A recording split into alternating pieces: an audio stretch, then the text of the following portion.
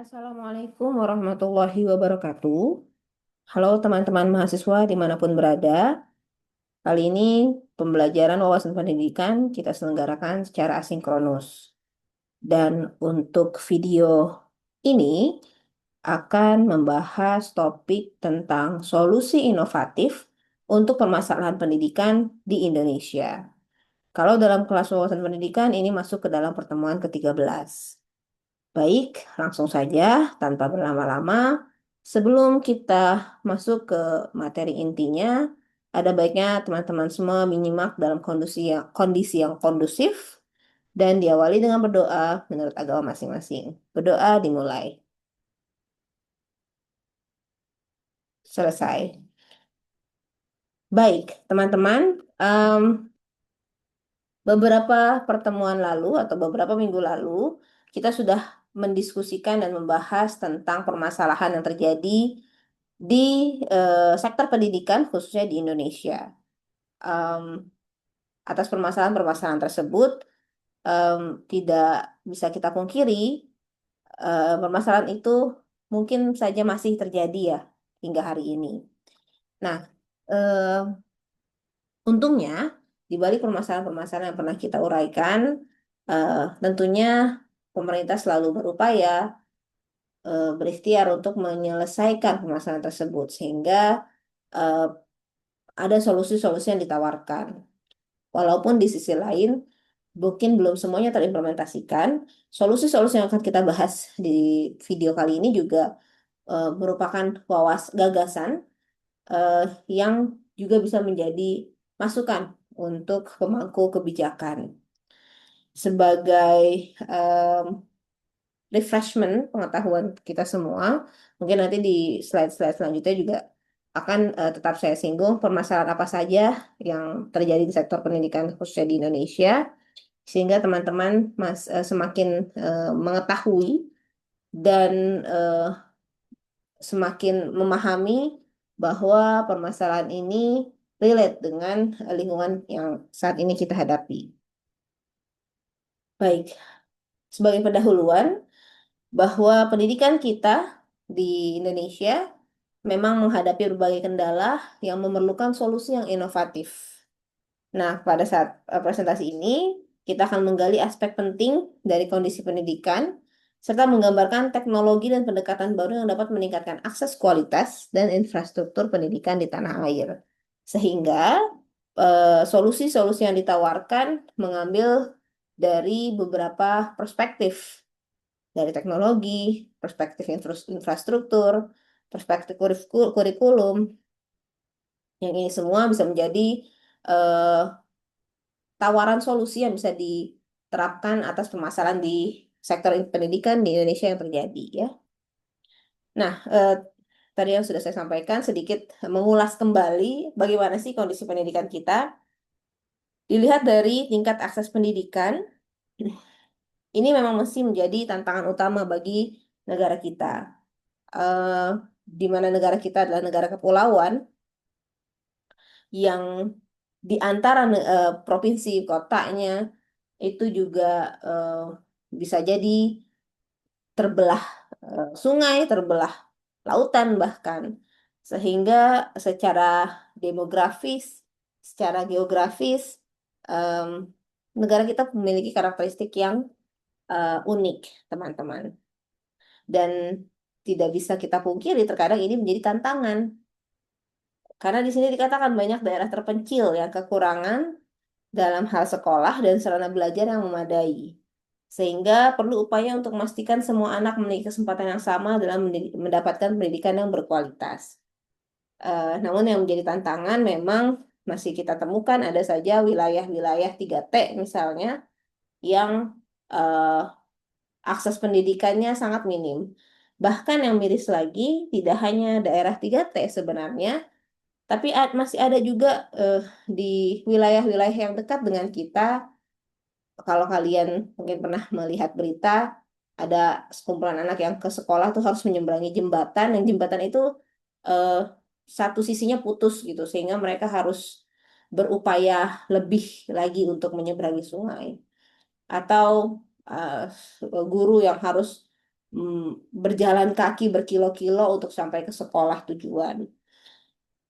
Atau juga eh, kerap kita temukan berita tentang bagaimana eh, mereka sekolah tanpa adanya seragam, alas kaki, dan lain-lain hal.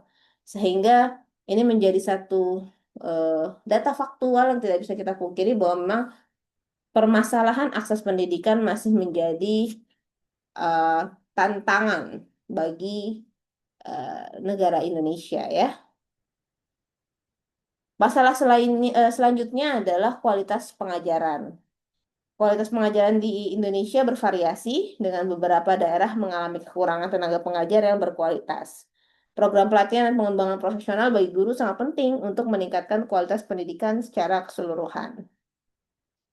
Seperti kita tahu juga, teman-teman, eh, akhirnya banyak komunitas-komunitas non-pemerintah yang ini merupakan hasil dari relawan masyarakat gitu ya, mendirikan komunitas untuk mengadakan pengajar di wilayah-wilayah tertentu yang tidak terjamah oleh sektor pendidikan pemerintah gitu. Nah, ini menjadi satu juga bukti bahwa eh, pengadaan guru, pengadaan pengajar ternyata masih kurang di wilayah-wilayah pelosok atau di wilayah-wilayah TK, 3T.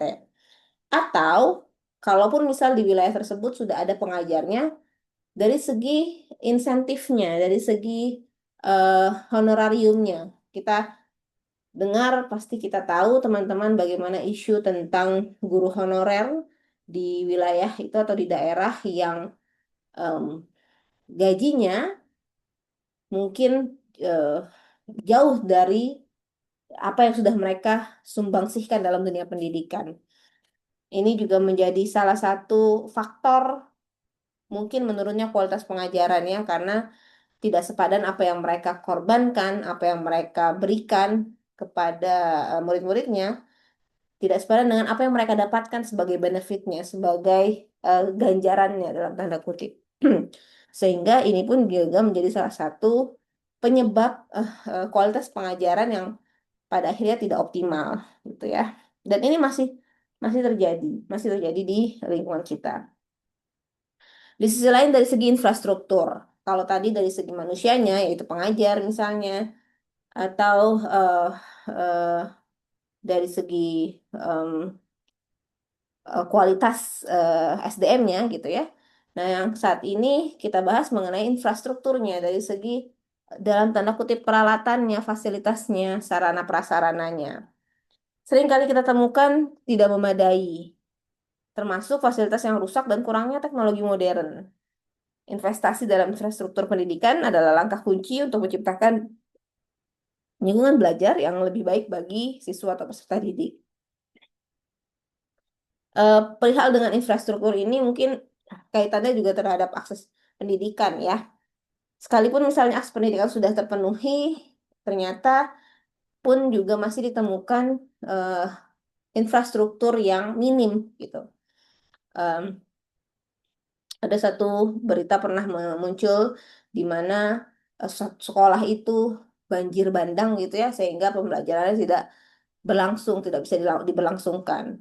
Dan ini kan akhirnya menghambat kegiatan belajar mengajar di kelas gitu ya.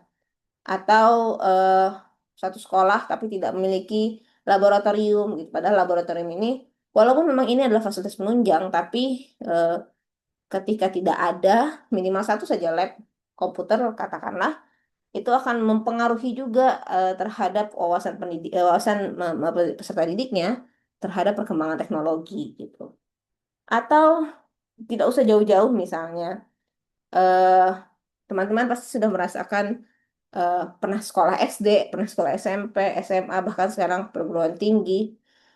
Di tempat pendidikan teman-teman masing-masing yang tadi sudah disebutkan dari berbagai tingkat satuan pendidikan, SD sampai perguruan tinggi hari ini. Yang mungkin sebagian besar dari kalian adalah anak-anak yang hidup di kota besar, kota maju. Eh, Mungkin tidak bisa kita pungkiri, ada saja satu dua hal yang kita kritik dari infrastruktur tempat kita belajar gitu, baik di SD maupun saat ini kita di universitas atau di perguruan tinggi. Ada saja infrastruktur yang tidak memenuhi kebutuhan dan itu sedikit banyak mempengaruhi eh, kelancaran kegiatan belajar mengajar gitu. Sehingga infrastruktur ini juga menjadi salah satu permasalahan yang patut kita berikan fokus karena dalam penyelenggaraan pendidikan, infrastruktur itu masuk dalam eh, syarat yang juga harus dipenuhi oleh lembaga pendidikan itu sendiri karena mampu menunjang proses pembelajaran. Nah, eh, sehingga dari permasalahan-permasalahan tadi ya hanya sampel saja yang disebutkan, kita butuh solusinya. Kira-kira apa yang kemudian bisa menjadi eh, solusi atas masalah-masalah tadi. Nah, hari ini kita terpapar begitu banyak eh, produk teknologi gitu. Teknologi hari ini menjadi salah satu tidak hari ini sih, tidak hanya hari ini maksud saya ya. Sebenarnya dari seiring berkembangnya zaman, teknologi itu menjadi salah satu solusi atau alternatif atas permasalahan yang ada. Dikatakan teknologi itu bukan melulu tentang benda yang dialiri listrik atau dialiri internet. Secara sederhana, teknologi bisa didefinisikan sebagai alat atau media atau alat bantu yang memudahkan pekerjaan manusia sehingga ia bisa menjadi lebih efektif dan efisien. Sesederhana itu pengertian teknologi yang kemudian berkembang sampai hari ini teknologi bisa didefinisikan sebagai eh, digitalisasi, bisa didefinisikan sebagai alat yang dialiri internet, dialiri dengan em, apa namanya jaringan-jaringan yang kemudian menghubungkan eh, menghubungkan perangkat-perangkat ya gitu. Nah, teknologi ini kemudian bisa dijadikan salah satu alternatif solusi atas permasalahan. Contohnya misalnya dengan pemanfaatan e-learning. E-learning menawarkan solusi untuk meningkatkan akses pendidikan di daerah terpencil. Dengan memanfaatkan platform online, siswa dapat belajar dari rumah dan mendapatkan materi pembelajaran yang diperlukan meski tanpa kehadiran fisik di kelas. Ini terbukti teman-teman, kita sama-sama melaluinya juga di tahun 2019 ujung atau 2020 awal ya, saat dunia dihebohkan dengan virus yang kemudian kita sebut di masa itu menjadi masa pandemi COVID-19, semua sektor, tidak hanya pendidikan, itu terdampak. Dan spesifik pada dunia pendidikan atau sektor pendidikan, kita semua dipaksa belajar dari rumah. Learning from home atau work from home itu sudah mulai digaungkan saat itu. Sehingga kita yang biasanya kuliah ke kampus, belajar di kelas, atau teman-teman SD, SMP, SMA yang biasanya ke sekolah, berangkat jam 6 jam 7 belajar di kelas, mau nggak mau dipulangkan, dirumahkan, belajar dari rumah. Nah, hikmahnya ya, menurut saya ini hikmah dari pandemi COVID-19 saat itu, semua sektor, khususnya sektor pendidikan, akhirnya berakselerasi memanfaatkan teknologi untuk mengatasi permasalahan ini. Sehingga di tahun 2020-2021 itu bermunculan digital learning platform yang saat itu data menunjukkan Google Classroom menjadi salah satu eh, platform tertinggi yang digunakan. Selain Google Classroom ada Zoom juga ya dalam kapasitasnya sebagai media conference gitu. Nah ini membantu menghadirkan pembelajaran di rumah gitu.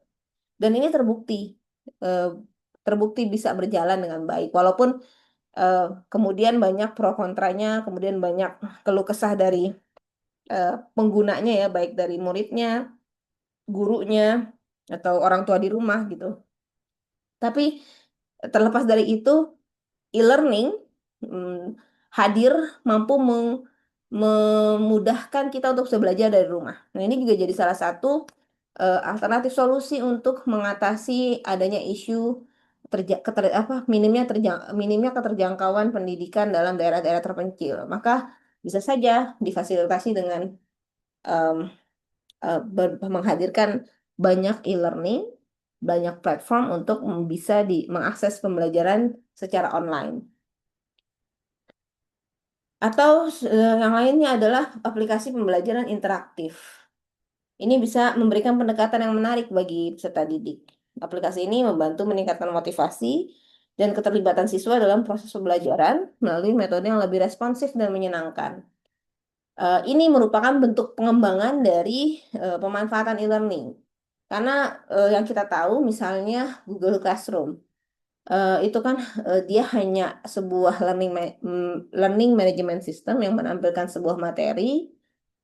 Kalaupun misalnya guru memberikan tugas bisa dipost di sana, lalu secara asinkronus peserta didiknya merespon gitu. Nah, ini jadi salah satu kelemahan memang ketika kita menyelenggarakan pembelajaran secara online, apalagi asinkronus, karena kita tidak bisa melihat feedback langsung dari peserta didiknya. Tidak ada engagement dari peserta didiknya. Tidak ada keterlibatan. Ini juga banyak hasil penelitian yang menyebutkan ketika pembelajaran tidak melibatkan peserta didik, itu cenderung menurunkan motivasi mereka, cenderung menurunkan fokus mereka. Sehingga berkembang kemudian aplikasi-aplikasi pembelajaran interaktif yang menjadi solusi untuk menjamin bahwa sekalipun pembelajaran diselenggarakan secara online, ia tetap bisa memastikan peserta didiknya mengakses secara full gitu karena adanya eh, fitur-fitur yang mengharuskan itu. Misalnya teman-teman ketika diberikan materi lalu dihadirkan quizzes atau Kahoot gitu yang aksesnya itu secara real time, sehingga secara real time juga gurunya bisa memantau, oh, si A mengerjakan, si B tidak mengerjakan gitu. Nah, ini menjadi eh, salah satu indikator bahwa teknologi mampu menjadi eh, solusi atas permasalahan dalam konteks pemerataan pendidikan, dalam konteks akses pendidikan yang minim seperti itu. Selanjutnya juga ada platform kolaborasi guru dan murid. Ini penting untuk meningkatkan interaksi dan pertukaran informasi, di mana dengan memanfaatkan teknologi, forum online, dan aplikasi komunikasi, kolaborasi ini dapat mendorong siswa untuk lebih aktif dan juga mendukung guru dalam metode pengajaran yang lebih efektif. Saya rasa ini juga masih kaitannya dengan em, pembelajaran interaktif ya, teman-teman ya.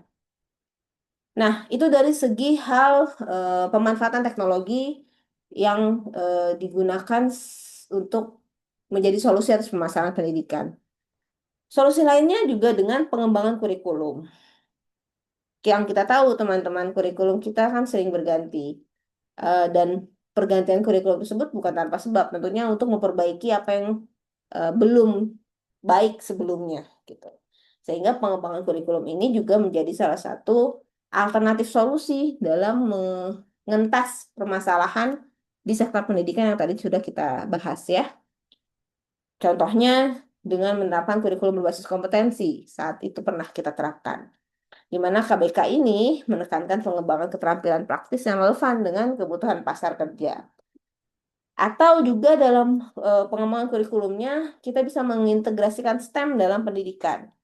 STEM, atau yang biasa kita kenal dengan sains, teknologi, teknik, dan matematika, dalam kurikulum pendidikan sangat penting untuk mempersiapkan siswa menghadapi perkembangan teknologi. Melalui pendekatan STEM, siswa tidak hanya belajar teori, tapi juga ia bisa menerapkan secara praktis, sehingga mampu mengasah keterampilan analitis, berpikir kritis, problem solving, komunikasi, gitu. Nah, ini juga jadi salah satu eh, solusi dalam menyelesaikan permasalahan pendidikan yang dihadapi di Indonesia. Dalam sudut pandang pengembangan kurikulum, selain pelibatan STEM tadi ya, juga ada program pendidikan karakter. Ini bertujuan untuk membentuk nilai dan perilaku positif pada siswa. Dengan mengintegrasikan pelajaran tentang etika, tanggung jawab, kepemimpinan, siswa dapat berkembang menjadi individu yang berkualitas baik di lingkungan sosial dan profesional mereka. Nah, itu dari segi kurikulum tadi ya, solusi yang ditawarkan. Solusi lainnya eh, juga dalam bentuk kemitraan dan pendanaan. Mungkin saja teman-teman permasalahan yang ada yang kita rasakan dalam sektor pendidikan ini mungkin alasannya karena minimnya pendanaan atau minimnya support gitu. Sehingga kemitraan dan pendanaan ini juga bisa menjadi salah satu solusi untuk mengatasi persoalan tersebut. Kemitraan yang dimaksud adalah kemitraan dengan lembaga dan sektor swasta yang mampu menyediakan sumber daya yang diperlukan untuk pendidikan. Kolaborasi ini dapat meningkatkan kualitas pendidikan melalui program pelatihan, penyediaan perangkat, dan dukungan finansial bagi institusi pendidikan. Ini juga kaitannya dengan program beasiswa ya teman-teman. Jadi ketika hari ini banyak sekali program beasiswa yang ada, itu juga menjadi salah satu strategi sebenarnya, baik beasiswa itu baik dari pemerintah maupun swasta ya. Ini menjadi satu strategi di mana eh, menghasilkan bibit-bibit unggul yang tangguh, yang mau berkompetisi, yang mau mandiri untuk mengejar satu pendanaan yang bisa didapatkan secara eh, mudah gitu. Dengan adanya program beasiswa biasanya yayasan-yayasan penyelenggara beasiswa tersebut menghadirkan program-program penunjang pengembangan eh, diri mereka gitu sehingga anak-anak yang mendapatkan beasiswa biasanya banyak benefitnya selain pembiayaan dalam hal pendidikan tapi juga secara soft skill, hard skill biasanya mereka diasah. Sehingga kalau ini berjalan dengan baik, tidak bisa diragukan lagi akan muncul bibit-bibit unggul, generasi-generasi emas yang menjadi alumni dari penerima beasiswa ini yang bisa membangun negeri dengan lebih baik gitu sehingga bisa menyelesaikan permasalahan-permasalahan pendidikan yang sudah diutarakan tadi di slide-slide sebelumnya. Jadi dengan apa ya dengan memoles SDM-nya melalui program beasiswa, melalui pendanaan kemitraan, si SDM tadi ini bisa menjadi solusi atas permasalahan pendidikan yang ada gitu. Juga bisa dengan kerjasama internasional dalam pendidikan. Ini kerjasama ini membawa perspektif baru dan sumber daya ke Indonesia. Program pertukaran pelajar, kolaborasi riset, yang mana ini bisa memperkaya pengalaman belajar siswa dan meningkatkan kualitas pendidikan secara keseluruhan. Jadi ada idiom kan ya, kadang kita mainnya kurang jauh sehingga pikiran kita tertutup. Makanya pendidikannya di situ-situ aja gitu. Nah, sehingga dengan adanya program kerjasama internasional, kolaborasi internasional, em, ini bisa memberangkatkan kita yang mungkin pengetahuan kita hanya sekotak sekotak sekotak lingkungan kita saja gitu. Yang kita pikirkan apa yang kita lihat saja. Padahal mungkin di luar sana ada banyak sekali ide, ada banyak sekali budaya yang bisa kita pelajari yang memberikan insight positif bagi diri kita. Sehingga kita bisa menjadi generasi yang lebih baik, yang kemudian itu berimplikasi pada perubahan pola pendidikan kita. Nah, itu juga jadi salah satu solusi teman-teman dengan kita mengejar beasiswa internasional misalnya, mengikuti kolaborasi penelitian internasional misalnya, pertukaran pelajar gitu ya. Jadi menambah wawasan, hasanah wawasan kita.